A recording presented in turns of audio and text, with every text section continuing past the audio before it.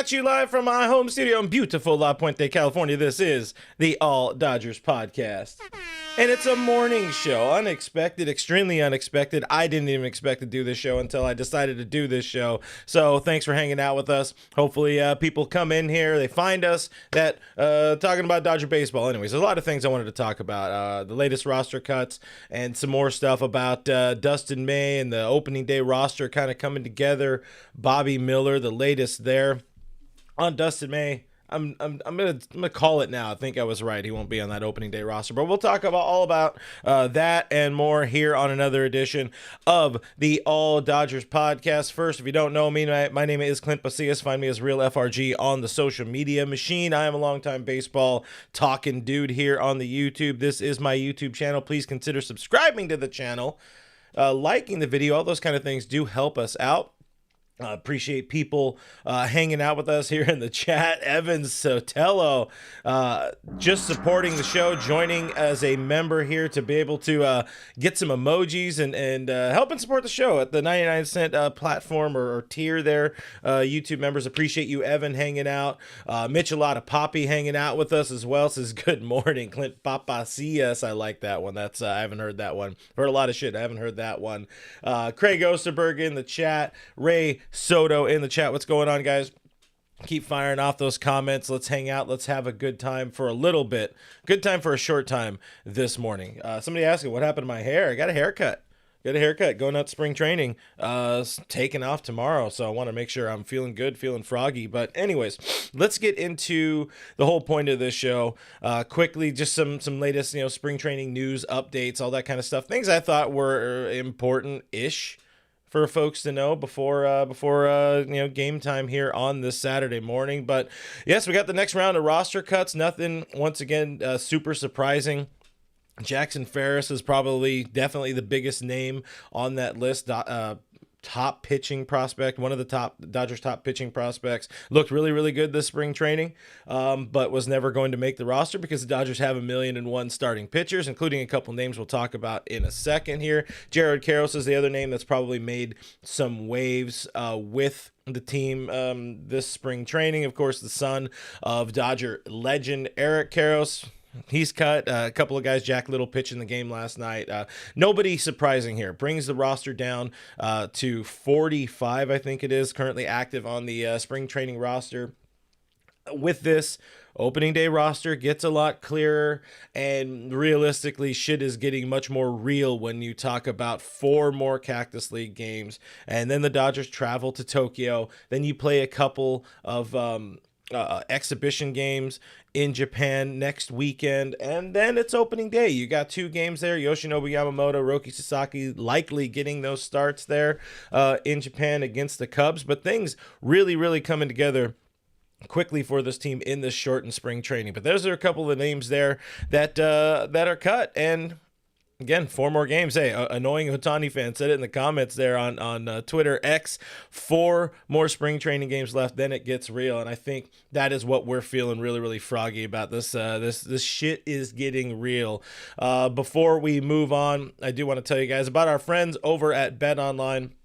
They are the world's most trusted betting platform and your number one source for online betting in 2025. Whether you are a seasoned fan or a first-time bettor, BetOnline is your ultimate game day companion because you can watch a game, you can watch on your phone, you can keep up to date with real-time stats, odds. There's more. Every game, every play, every win, it has it there on BetOnline. They have the largest selection of odds on everything from NBA, college basketball, NHL, UFC. BetOnline continues to be your number one sports betting source here in 2025, and you should enjoy that. BetOnline, the game starts here. Let's get back into the show here and bring the chat back in here. I am Donovan73 saying I was right about Lux. Just saying.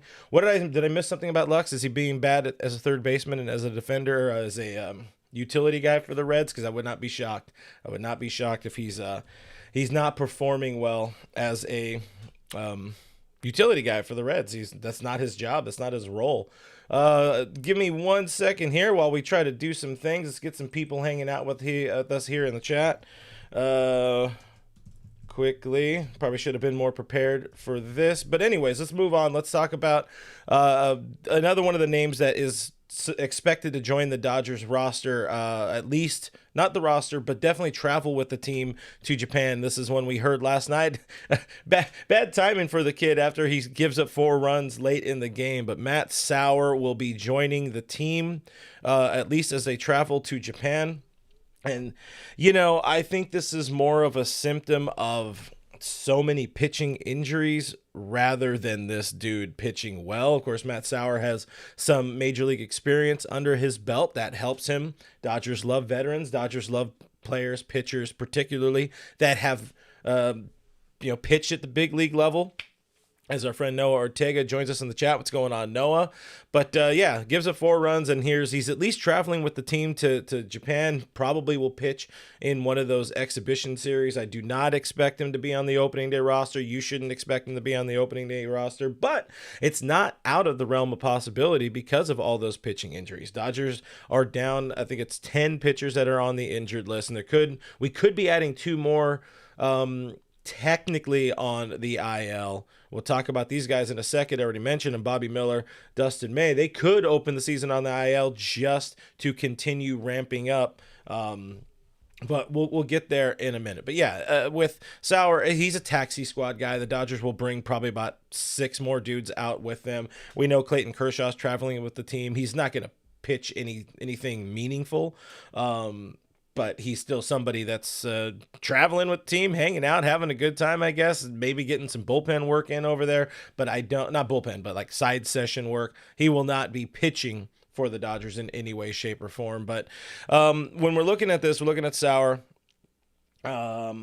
There is a chance he could make that roster because I'll throw it out there right now. I was right about, that's the wrong one. I was right about Dustin May here, guys, because Dustin May still building up, has looked good this week, but there's a quote here. This is a LA Times Jack Harris, so I'm not going to read too much of this, but I really want to focus on this part here.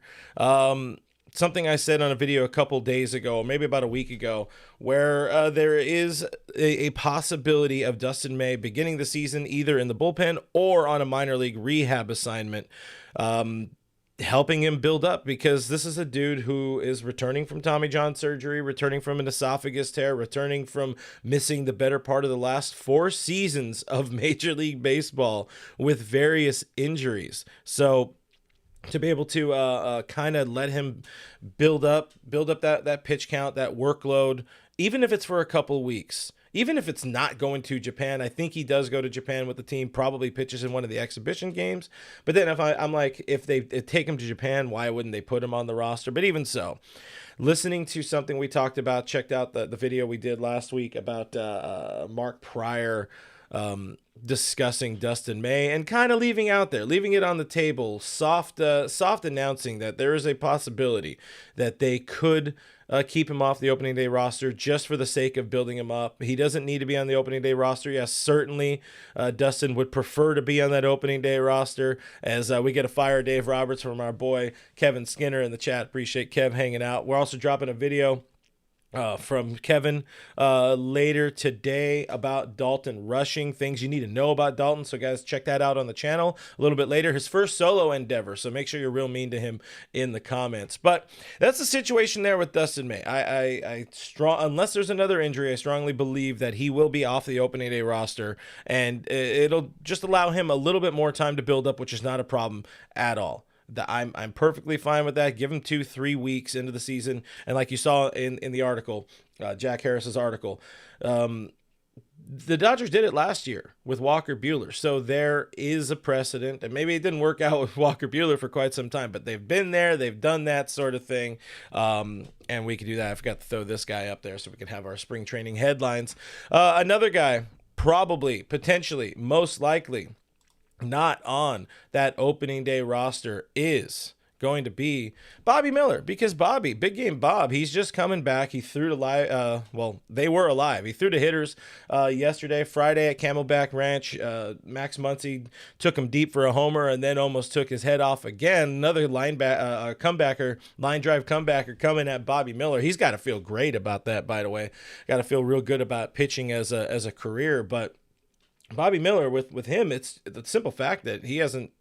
He lost 2 weeks of buildup in an already shortened spring training. So if Bobby hadn't taken one off the dome in his first spring training appearance, there's a chance he could have been an opening day roster option. But right now, for him, he's going to have to take more time to build up. He doesn't have much pitch count. He's not in games yet, and they cut short his his live BP session. They cut that short on Friday because, again, he almost got hit in the head again, which is not fun. I'm sure that's not very fun for Bobby Miller there. So that's where I'm looking at right now. I'm like, as Matty Man 5 dodged and Bobby is snake bit, man.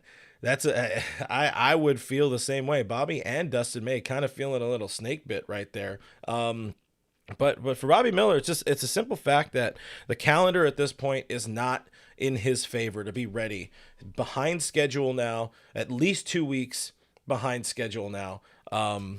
And that's how the ball bounces, for this kid and for the Dodgers. That's why you go out there as the Dodgers and pick up 10, 12, 1,500 pitchers, whatever the hell it is that you need, the crazy amount of starting pitching they have, all the bullpen, and they're still going to be hurt in the bullpen, missing Phillips, Kopech, Gratterall, insert other names here that we're going to look at in a second. But those two guys, the Dustin May, the Bobby Miller, this is where maybe, like my Matt Sauer take, maybe I'm not as strong on it, where he could be on the opening day roster, just because the Dodgers need a little bit of length. They need somebody who can help them out, just to fill some innings. And Landon Knack hasn't helped anybody, hasn't helped his case at all this spring training, giving up a bunch of runs, just generally not looking great. Beyond him, another dude who's beyond Sauer, another dude who's looked pretty damn good is Justin Wroblewski. We saw him last night, Robo, coming into camp with a better focus, looking good. He said, last year's mechanics got a little out of whack. Apparently he's more whacked on or whacked off right now. Whatever you want to say about him, it's probably not that, but he's locked in. The mechanics feel good, and it's showing when it comes to his stuff. But Wroblewski is one of those guys where entering camp, I had him way, way, way down on my depth chart. I think a lot of people looking at him where he's probably 10th, 11th on that depth chart. But now all of a sudden, with all of the injuries to that pitching staff, or mainly the bullpen, Wroblewski is somebody who could get some run early in the season in Tokyo, maybe a couple games, in the start of the domestic regular season or whatever. Just being in that bullpen, giving them some length until Evan Phillips is ready, probably mid-April, until Michael Kopech is ready to go towards the end of April into May. A couple other names that could potentially take one or two of those roster spots. Some guys we've talked about here. Giovanni Gallegos has been okay since a rough start to his spring training. Jack Dreyer is looking pretty good, getting some love from Dave Roberts as well. I think the LA Times just did it was either the Times or the Athletic did a real nice piece, spotlight on Jack Dreyer, and he's one way I could explain it, he's kind of one of those Alex Vesia guys where he doesn't necessarily have like the crazy overpowering stuff. Yeah, Vesia can sometimes crank it up to, mid 90s, high 90s or whatever, like 97, 98 on the fastball. Not 98. You'll see more of a 96, maybe topping out at 97, but more so living in that 92 to 94 range. Dreyer is one of those guys who could do that, but still fool guys because of the carry, because of the run as we pull out the clean fuego. Thank you, Connor McGinnis. It gets that run on that fastball, on that left-handed fastball. It stays up, and it's a lot more deceiving to hitters. So Dreyer, the fact that he's on the 40-man roster helps him out. The fact that Dave Roberts is talking about him to Kirsten Watson after Friday night's game definitely helps his case. So that's where we're at. Let's go to this graphic I threw together. Hopefully it looks good enough for everybody's excitement here. But there's your locks. We got, 11 locks, I think, with Yoshinobu Yamamoto, of course, your opening day starter. Roki Sasaki, technically off the 40-man roster right now, but will be added shortly, as somebody like Clayton Kershaw will be added to the 60-day injured list, but Blake Snell will be on there. Tyler Glasnow, my number 5 starter, Tony Gonsolin, will be on that opening day roster, along with relievers Tanner Scott, Blake Trinan, Alex Vesia, Anthony Bonda's looked solid this spring as well. Kirby Yates, of course, and then Ben Kasparius, Benny Caps, had himself a nice spring, and it probably potentially earned himself a roster spot either way. But at the same time, the fact that all of our pets' heads are falling off doesn't help him out. We shift over to that right side. We see maybes there. Wroblewski at the top for me, Gallegos, and then there's the Matt Sauer, Jack Dreyer, and then I'm still going to throw Dustin May and Bobby Miller on there because they are potentials for one of those 2 spots. But I don't know if I'm missing anybody from that list. You guys let me know in the comments below if you think I'm missing anybody. But that's where I'm at. And that's where I feel the Dodgers are at right now. Things are coming together. We're getting a lot closer to a realistic opening day roster. I see Ray putting that graph. You know, the stock is rising on Jack Dreyer. It always helps when you have yourself a nice spring. One guy I was hit or miss about whether or not I was going to throw to talking about this last point, but so far it's been all pitching. Let's talk about a little bit on the position player side. If we're talking about a chart up, a graph charting upwards for Jack Dreyer, it's definitely trending downward for somebody like James Outman, who Dave was a bit critical of Jimmy Outman here, saying he just doesn't look comfortable at this point in the box. And of course, you know, revamping the swing looked good, but it's just kind of cratered. And you know, I do wonder, I'll ask you guys, leave it in the comments or comment on the video after the fact if you're watching the replay. I wonder, is like, will James Outman ever succeed as a big leaguer again? Not even as a Dodger, just in general. I don't know. I wonder. I have a hard time believing. I think 2023 was a bit of a flash in the pan. That's what I'll say about him. I'm very much hoping I'm wrong about Jimmy Outman, but that definitely bodes well for Andy Pages making the opening day roster. I still do think they keep Ha-Seong Kim back just for the sake of getting him some more consistent reps in extended spring training, and then maybe he makes his debut a week or 2 into the season. That's my thoughts on that. Let's go ahead and get back in here.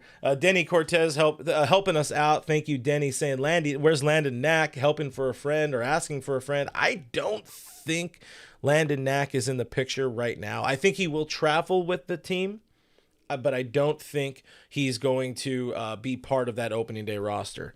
That said, he is somebody that adds length, of course, for this team, for the early season pitching staff that's just not going to be fully built up after a shortened spring training. So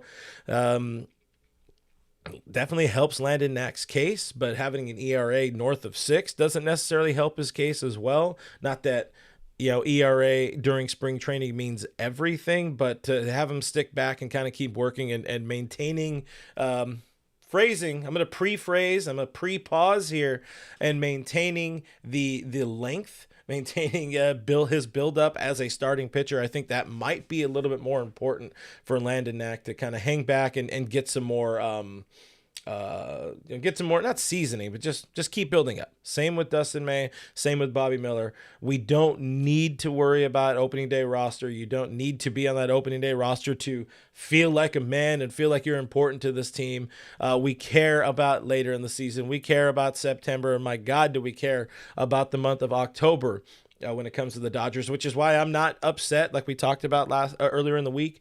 I'm not upset about the Dodgers kind of, hitting the brakes a little bit on Shohei Ohtani and his buildup, because they have starting pitching. They have enough depth. So if Shohei's not available, by the end of or by the start of May, if they push it into June or later May, that's fine. That's good. Let him focus on being a hitter first. And that's what pitching coach Mark Pryor told reporters yesterday. They're letting him focus on pitching his buildup, getting better as the DH.